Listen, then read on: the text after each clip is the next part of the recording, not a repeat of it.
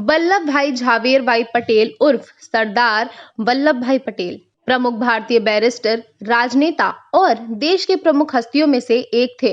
वह भारत के स्वतंत्रता आंदोलन के समय प्रमुखता से उठे। 1947 में स्वतंत्रता के बाद उन्होंने उप प्रधानमंत्री, गृह मंत्री, सूचना मंत्री और भारत के राज्य मंत्री के रूप में कार्य किया। वह वास्तव में भारत गणराज्य के संस्थापक नेताओं में से एक थे और राष्ट्र को एकजुट रखने में महत्वपूर्ण भूमिका निभाते थे। भारतीय एकता के लिए वल्लभ भाई पटेल की इस अडिग प्रतिबद्धता ने उन्हें भारत के लौह पुरुष का खिताब जिताया। सरदार वल्लभ भाई पटेल की प्राथमिक शिक्षा करमसद में और उच्च शिक्षा पेटलैंड में हुई।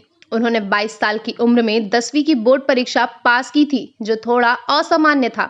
वे आगे की पढ़ाई के लिए 1910 में लंदन चले गए। वकालत का 36 महीने का कोर्स उन्होंने महज 30 महीने में पूरा किया। 1913 में वे भारत वापस आए और अहमदाबाद में बस गए। विदेश से लौटने के बाद वह अहमदाबाद बार में आपराधिक कानून में बैरिस्टर बन गए। सरदार पटेल ने 1917 से 1924 तक अहमदाबाद के पहले नगर आयुक्त के रूप में कार्य किया और 1924 में वे नगर पालिका के अध्यक्ष बने। उन्होंने 1924 से 1928 तक राष्ट्रपति के रूप में कार्य किया। 1918 में प्रतिकूल फसल मौसम के बाद भी कर वसूल करके बॉम्बे सरकार के फैसले के खिलाफ कैराना के किसानों और जमींदारों की मदद करके उनके आंदोलन ने उन्हें एक प्रमुख व्यक्ति बना दिया। बढ़े हुए करों के खिलाफ बारडोली में जमींदारों के आंदोलन का नेतृत्व उन्होंने वर्ष 2028 में सफलतापूर्वक किया। इस आंदोलन के बाद उन्हें सरदार के रूप में मान्यता दी गई, जिसका अर्थ है नेता।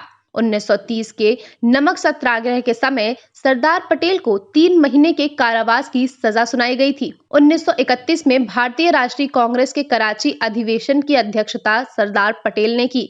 उन्होंने महात्मा गांधी के अवज्ञा आंदोलन में भाग लिया और 1940 में ब्रिटिश पुलिस ने उन्हें गिरफ्तार कर लिया। उस समय उन्हें 9 महीने की अवधि के लिए कैद किया गया था।